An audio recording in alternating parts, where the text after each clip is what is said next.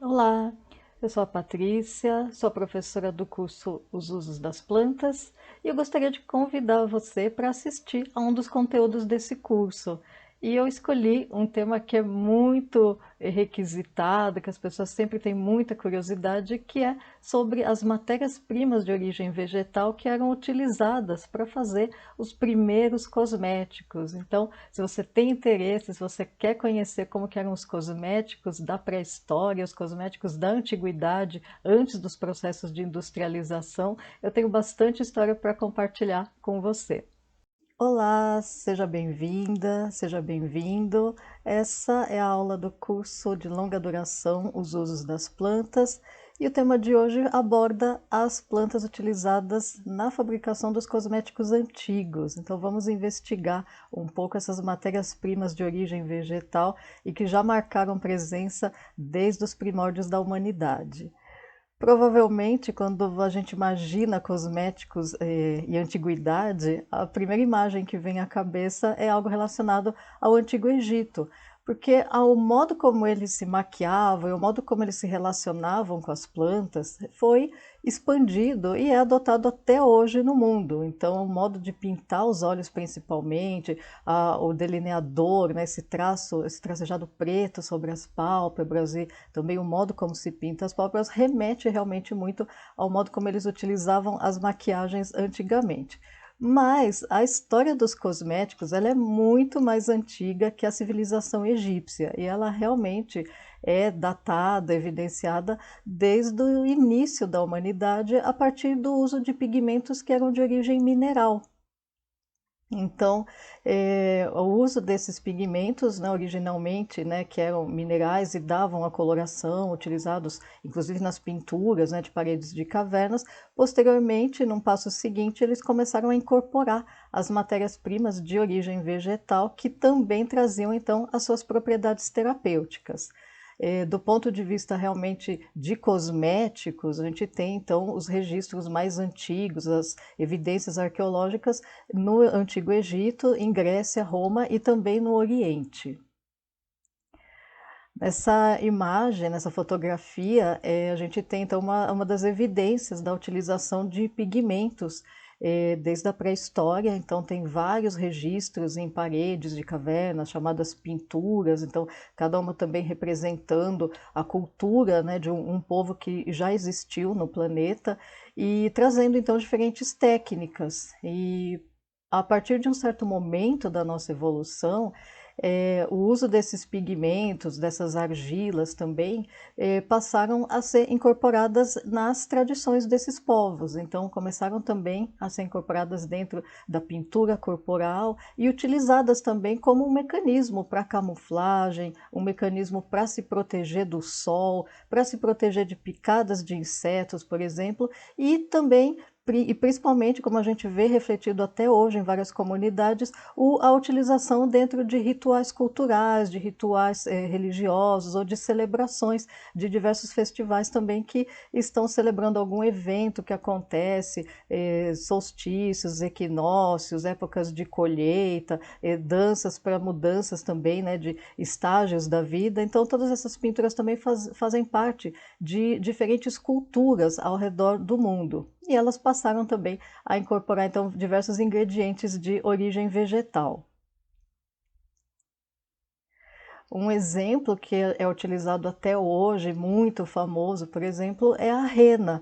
A rena ela é uma planta que é muito utilizada principalmente na Índia, inclusive também dentro da medicina tradicional, a Ayurveda, para pinturas corporais, principalmente em cerimônias de casamento, cerimônias de passagem para um outro momento também de vida. Então, é feito a secagem dessas folhas, ela é depois triturada, reduzida a pó e depois é feito então um preparado que consegue então transmitir a cor, ela consegue pigmentar a pele, utilizada para pintar também cabelos, e é uma pintura temporária, então com o tempo ela vai saindo, conforme você vai também tomando banho, vai lavando o cabelo, você vê que depois a cor volta para o original. Diferentes tonalidades também da rena podem ser adquiridas quando ela é combinada com outras plantas, como por exemplo o índigo, o chá aqui é a Camellia sinensis, a planta do chá mesmo, o café, o cravo, ruibarbo, camomila, canela, madder, limão, eles conseguem alterar e proporcionar uma gama de uma cartela de cores diferentes também. E a única diferença é que a que a gente conhece, que é a rena neutra, ela na verdade é originária de uma outra planta, que é a Senna italica, uma das plantas conhecidas também popularmente pelo nome de cássia. Falando aqui detalhadamente então da rena, a rena é uma planta terapêutica, que a gente tem uma fotografia da planta, a parte utilizada são as folhas. Ela é nativa do norte da África e do sul da Ásia, onde ela é cultivada. E tradicionalmente, essa planta ela era utilizada para resfriar o corpo. Então as folhas elas eram amassadas e era feita um tipo de pasta que era aplicada nas regiões que ficavam expostas ao sol, principalmente na região do Oriente Médio. Só que eles perceberam que, ao utilizar essa pasta, essas partes do corpo ficavam pigmentadas, elas ficavam tingidas. Então, a partir dessa descoberta, evoluiu o processo também de fazer esse preparado de secar as folhas para depois preparar esse pó para então utilizar dentro desses rituais de pintura que são até hoje replicados no mundo. Então elas passam por esses diversos processos e depois é adicionado água ou eventualmente também outras partes de plantas para conseguir essa cartela de cores e utilizadas então para colorir e pintar o cabelo. E claro que a rena não é a única planta tintória, a gente também tem dentro de diversas tradições, principalmente as comunidades indígenas da América, a gente tem a utilização, por exemplo, do urucum. O urucum ele é uma das plantas mais presentes como uma expressão artística e expressão também de cerimoniais de caracterização de diferentes etnias, e é exatamente a tinta extraída da semente dessa planta que o próprio nome tem a origem no tupi e é referente à coloração vermelha. Outras plantas também utilizadas pelas comunidades indígenas são, por exemplo, o genipapo, e a fixação é muitas vezes feita com o óleo do babaçu. Então, várias plantas que a gente tem que são utilizadas também dentro dessas tradições, dos rituais, das danças, e que também são evidências, né, de cosméticos e o que a gente pode chamar também de maquiagens, né, dentro do processo de pinturas, que são utilizadas como também tintas naturais. Entre os primeiros cosméticos também, que a gente tem evidências e relatos, né, no mundo, a mamona é uma planta muito presente desde o Antigo Egito. O óleo de rícino, que é extraído, né, da mamona, ele é utilizado como um bálsamo protetor. E também esse uso foi passado também para a antiga Roma para compor a formulação de diversos cremes para a pele que também utilizavam a cera de abelha, o azeite de oliva e a água de rosas. Aqui a gente vê que tem o ingrediente de origem animal, que é a cera de abelha, ela era muito comum na cosmetologia, até hoje ela é utilizada, mas dentro da política vegana, a cera de abelha hoje em dia pode ser perfeitamente substituída pela cera de candelila, que é um arbusto e consegue então você compor um cosmético totalmente vegano sem a utilização de matérias-primas de origem animal. Outras características dos cosméticos antigos é que muitas das formulações utilizavam também alguns metais pesados, como o chumbo, em dosagens que não eram nada saudáveis. Então, isso também era muito comum utilizar esse tipo de produto para clarear a pele. E também o col, que algumas pessoas chamam de cajal, que é exatamente aquela caracterização bem típica do tracejado negro nos óleos egípcios, que também utiliza uma matéria-prima de origem vegetal que vem da madeira. Então, a parte do carvão, né, a parte carbonizada mesmo, é que dá origem ao col. Dentre também alguns cosméticos relatados dentro do Velho Testamento, a gente também tem o uso do óleo do bálsamo e da resina da mirra, que é essa planta que está na foto, que é uma planta de clima bem árido, cresce realmente em ambientes desertos e que secreta uma resina, que também é utilizada como incenso. A resina dessa planta, para a planta, ela tem uma utilidade que é exatamente proteger da grande quantidade de incidência de luz solar. Então, ela é protetora e ela também tem esse uso incorporado aos cosméticos também para proteger a pele. E diversos desses óleos perfumados na antiguidade eram utilizados então para processos de higiene, para proteção solar e também agregando as propriedades terapêuticas dessas plantas. Uma outra planta que a gente nunca associa muito a cosméticos é a goma arábica, que provavelmente você conhece mais pela utilidade como cola, que é a acácia senegal principalmente, que era uma planta que na verdade deu origem ao que foram os primórdios dos primeiros esmaltes, diferente da formulação que a gente conhece hoje, que são tintas totalmente sintéticas, mas o hábito de pintar as unhas foi criado pelos chineses há cerca de 5.000 anos atrás, e depois essa tradição acabou passando para diversas outras civilizações, principalmente também no Antigo Egito. Esses primeiros esmaltes, eles eram feitos então com essa goma arábica, com a cera de abelha, com clara de ovos e diversos pigmentos, então principalmente as cores preta e vermelha, no mesmo molde que a gente viu utilizado nas pinturas das cavernas, e posteriormente essas cores também foram sendo substituídas por uma nova gama, então apareceram também tons prateados e tons dourados. E a goma arábica, como a gente chama, ela é uma resina que também é secretada e extraída dessa planta, e ela é muito rica em polissacarídeos e glicoproteínas, então ela consegue fazer a liga e fixar também diversos outros pigmentos que eram então utilizados para esse hábito cultural do passado e que hoje em dia sofreu uma verdadeira transformação. Então os esmaltes que são feitos hoje em dia, eles são totalmente sintéticos, eles são praticamente quase tintas automobilísticas mesmo, para pintura de carro. Então, mais antigamente eram plantas utilizadas também nessas formulações, o que é muito bacana, porque depois a gente vai ver que existe hoje em dia uma migração de volta exatamente para a cosmetologia natural, de buscar os ingredientes de origem vegetal como uma forma também de você buscar uma vida mais saudável e de você se preocupar com a origem também dos seus cosméticos.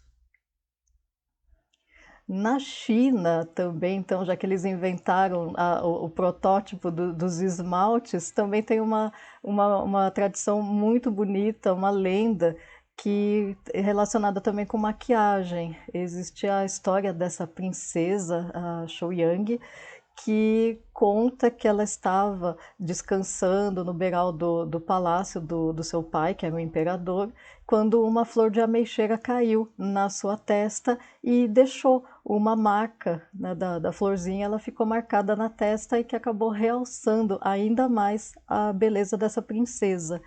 E isso causou assim uma comoção, um furor, que todas as outras mulheres, as damas de corte, também começaram a copiar essa maquiagem e fazer esse pequeno desenho de flor de ameixa que ficou muito caracterizado por várias dinastias como maquiagem da flor da ameixeira.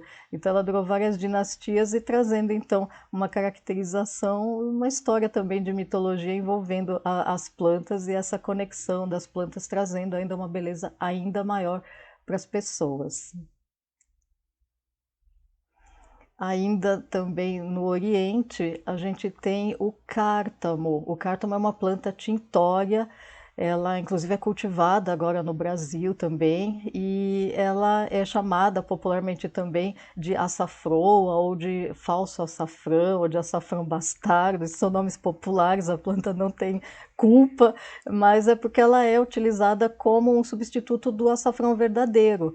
Então, essas partes coloridas, né, que são na verdade as flores, é uma flor composta, então cada partezinha aqui é uma flor de várias desse conjunto que é a inflorescência, e ela é utilizada então também para fazer um batom antigo, para atingir então os lábios e também para fazer contorno de sobrancelhas e borda dos olhos.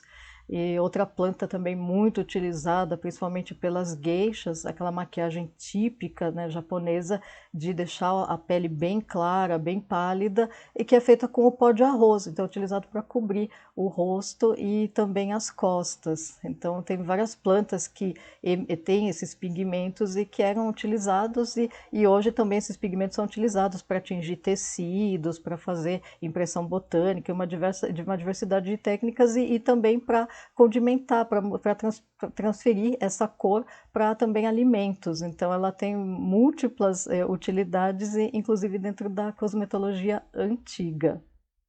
Diversas plantas também eram utilizadas e estão documentadas nos papiros egípcios.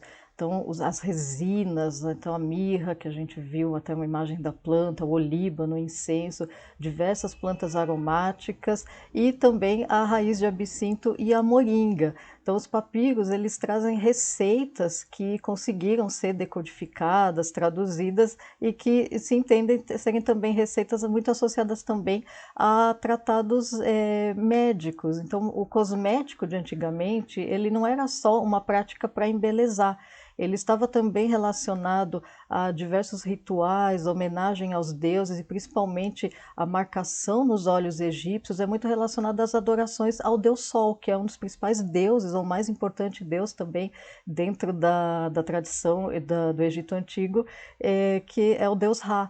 Então, olhar para o sol também era uma maneira de você referenciar e você, devido então à alta também insolação, vários cosméticos eram associados a tratamentos contra doenças oculares que eram também muito comuns na época. Então, havia essa relação muito íntima entre o cosmético e tratamentos também que eram como remédios. Então, o remédio cosmético você via para tratar ruga, para tratamentos oculares, para tratamento de cabelo e diversas outras receitas. Uma planta também que se destaca é a moringa ou acácia branca, é uma planta de origem africana e asiática, nativa dessas regiões, e que todas as partes da planta têm, na verdade, uma utilidade para o ser humano. Ela é uma planta em diversas regiões também considerada sagrada, exatamente pela quantidade de benefícios que ela consegue proporcionar. Então, é uma planta que é extremamente homenageada e celebrada.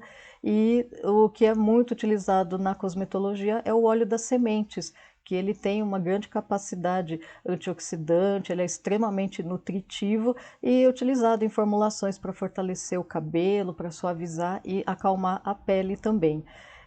Dentro de outras práticas, outras utilidades, ele também é utilizado como um medicamento regional e também em processos de purificação da água. Então, uma planta extremamente importante também, e aqui mostrando então o jeitão da nossa moringa oleífera, uma planta muito importante na cosmetologia também e para diversos povos, principalmente da região africana.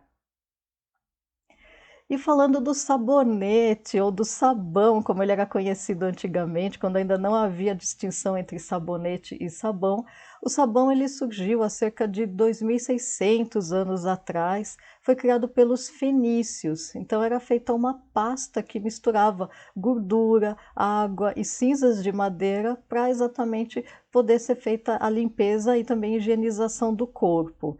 O sabão sólido, como a gente conhece, utiliza mais comumente, atualmente, ele só foi inventado no século VII pelos árabes, através do processo da saponificação. Então, aí tem a utilização da soda cáustica para fazer toda a transformação do produto e depois a soda consegue transformar a gordura e você consegue utilizar nesse formato mais sólido. E o processo também de industrialização, ele só veio no século XIX, então a gente vê o quanto que a história da saponaria também e da saboaria evoluiu nesse tempo. É, Posteriormente aos árabes, os espanhóis eles passaram também a agregar o azeite de oliva à formulação e o sabonete, o sabão mais antigo, na verdade, do mundo que a gente tem conhecimento, é o chamado sabão de Alepo, que é produzido na região da Síria. nem existe uma datação precisa de quando ele foi inventado, quando ele começou a ser produzido, de tão tradicional que ele é. Então, cada família tem a sua tradição, tem o seu segredinho de receita, e ele é um souvenir muito clássico das pessoas que visitam também essa região. Todo mundo que viaja vai conhecer esse processo de fabricação, e que ele é um sabão feito principalmente com azeite de oliva e folhas de louro. Então, as folhas de louro também conferem uma característica aromática, e ele é o sabão vegetal mais famoso do mundo, e também o que a gente tem a receita mais antiga dentro desse processo de fabricação. Outras plantas também já eram enaltecidas, não só da parte do Egito Antigo também, mas o uso dessas plantas também muito comum entre Grécia e Roma. Diversos manuscritos do Hipócrates, que é considerado o pai da medicina, ele já falava da necessidade que existe da relação, né, com plantas, o banho, a higiene e a utilização das ervas aromáticas, que são as ervas que mais têm então as propriedades terapêuticas também, e utilizar isso em diversas formas no cotidiano, seja em banhos, em massagens. E também existem vários tratados dessa época que também enaltecem as propriedades das plantas. Então, desde Plínio Velho, no seu História Natural, citando formulações de cosméticos, como o próprio poeta Ovídio, que também escreveu um livro de receitas caseiras para a beleza do rosto feminino. Então é muito bacana a gente descobrir também diversos tratados que trazem, né, receitas e formulações para as pessoas fazerem em casa, desde a antiguidade. Uma outra característica também é a presença também das rosas. As rosas estão muito presentes na formulação de diversos cosméticos, então desde também do Egito, mas uma tradição também que foi passada para a Grécia e para Roma. E uma pessoa que também se destacou muito nessa época foi Galeno. Galeno, que fez diversas pesquisas com base nas propriedades das plantas, mas principalmente dentro da fisiologia. Ele também escreveu tratados falando de produtos cosméticos, e ele também foi o responsável pela criação de um precursor do chamado creme frio, o cold cream, que era uma pomada exatamente para refrescar a pele, e que na sua formulação levava a água de rosas, o óleo de oliva e a cera branca. Então, as rosas sempre marcando presença, não só nas formulações de perfumes, mas como também nos cosméticos. As rosas que têm diversas propriedades calmantes e também para suavizar a coloração da pele, para igualar. Ela é muito boa para peles sensíveis. Também entre Grécia e Roma, a gente tem muito o uso do óleo de oliva e do óleo de pinho, que eram ingredientes muito comuns na região, e também acrescidos, né, então, de minerais que são obtidos de rochas para se compor extratos e os sabões da antiguidade. Então, os cabelos, antigamente, eles não utilizavam a água era um produto extremamente escasso, ela tinha que ser conduzida através de aquedutos para essas regiões, então os cabelos não eram utilizada água nesse processo, era feita uma massa com ervas e argilas que limpavam o couro cabeludo, impediam infestações ou doenças, e também higienizavam e traziam suas propriedades terapêuticas, traziam brilho, trazia a higienização, trazia fortalecimento também. E falando então um pouquinho da presença das rosas e da cosmetologia dentro do Oriente Médio, é, essa região ela se destacou muito em diversos avanços científicos, principalmente quando a Europa atravessava a Idade Média. Então, todo o conhecimento científico começou a crescer muito mais amplamente nessa região da Pérsia, do Oriente Médio, e por volta do século X, diversos pesquisadores, que eram chamados polímatas, então eram pessoas que estudavam as ciências naturais sobre diversos aspectos, e que escreveram tratados magníficos, fazendo exatamente uma relação entre a medicina, a cirurgia, a parte farmacêutica e também a cosmetologia. Abulcasis foi uma pessoa, um polímata da época, que escreveu um grande tratado de vários volumes da medicina e que ele incluía dentro desses tratados uma parte que era dedicada à cosmetologia, que ele chamava de medicina da beleza. Então também não havia mais uma evidência de que não havia uma separação da cosmetologia para a medicina. Então os cosméticos tinham também toda uma função de ser utilizado também como um tratamento, como um remédio para alguma situação de saúde. E ele foi uma pessoa muito importante por trabalhar também com perfumes e inventar os precursores de vários cosméticos sólidos, como a gente conhece atualmente. Então ele fazia a prensagem em moldes e deu a origem ao formato que a gente conhece hoje mais comumente do que seria o batom e também os desodorantes sólidos.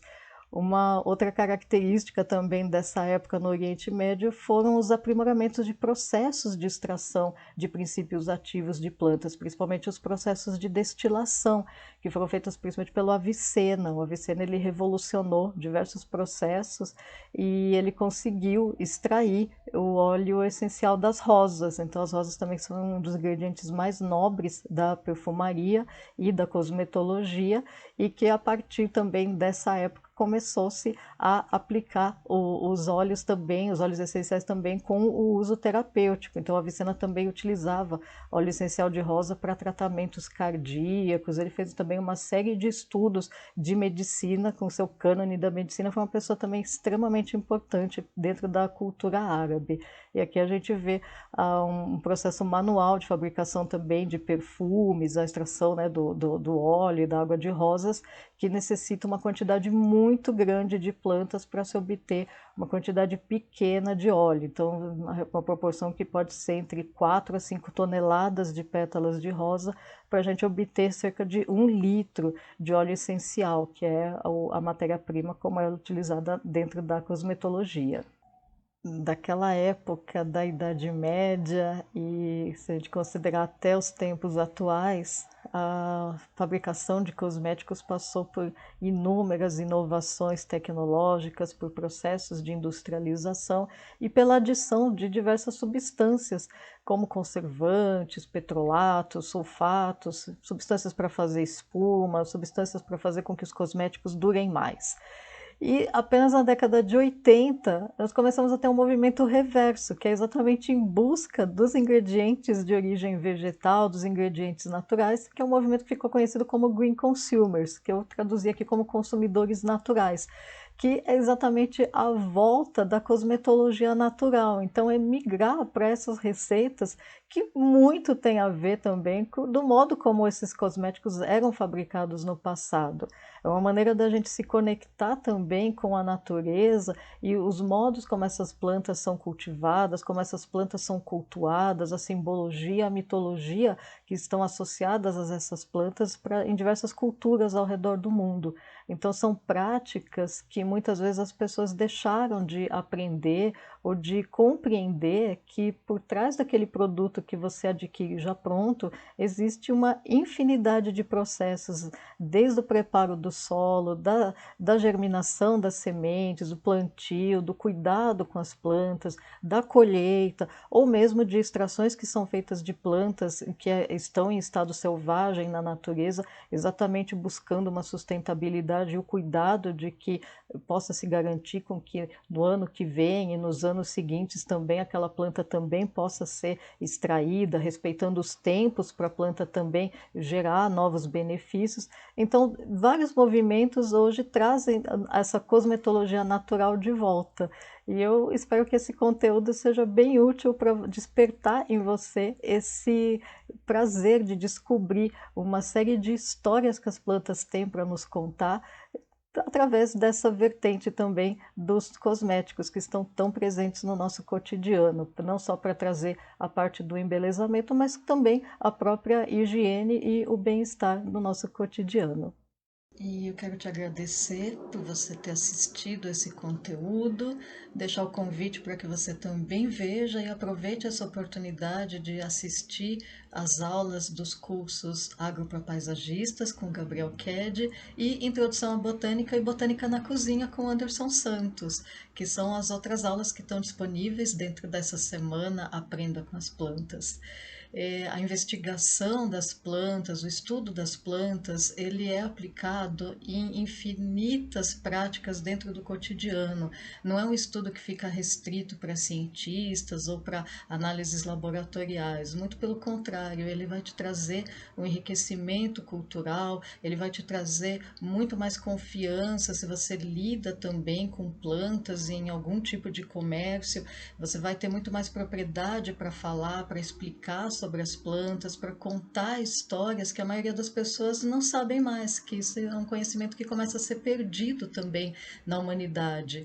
Então é muito importante a gente valorizar, e da mesma forma como na antiguidade a gente viu o quanto elas eram celebradas, o quanto elas são cultuadas através de mitologias, de deuses, de diversas tradições culturais que permanecem presentes dentro de cultivos, de culturas, práticas de colheitas e que a gente não tem mais esse acesso, a gente não tem mais essa informação tão detalhada em virtude da forma como a gente acaba recebendo já a maioria dos produtos de origem vegetal. Então, esse é um convite para que você investigue, que você desperte um novo olhar e você continue sempre aprendendo com as plantas. A gente se vê em breve e até lá!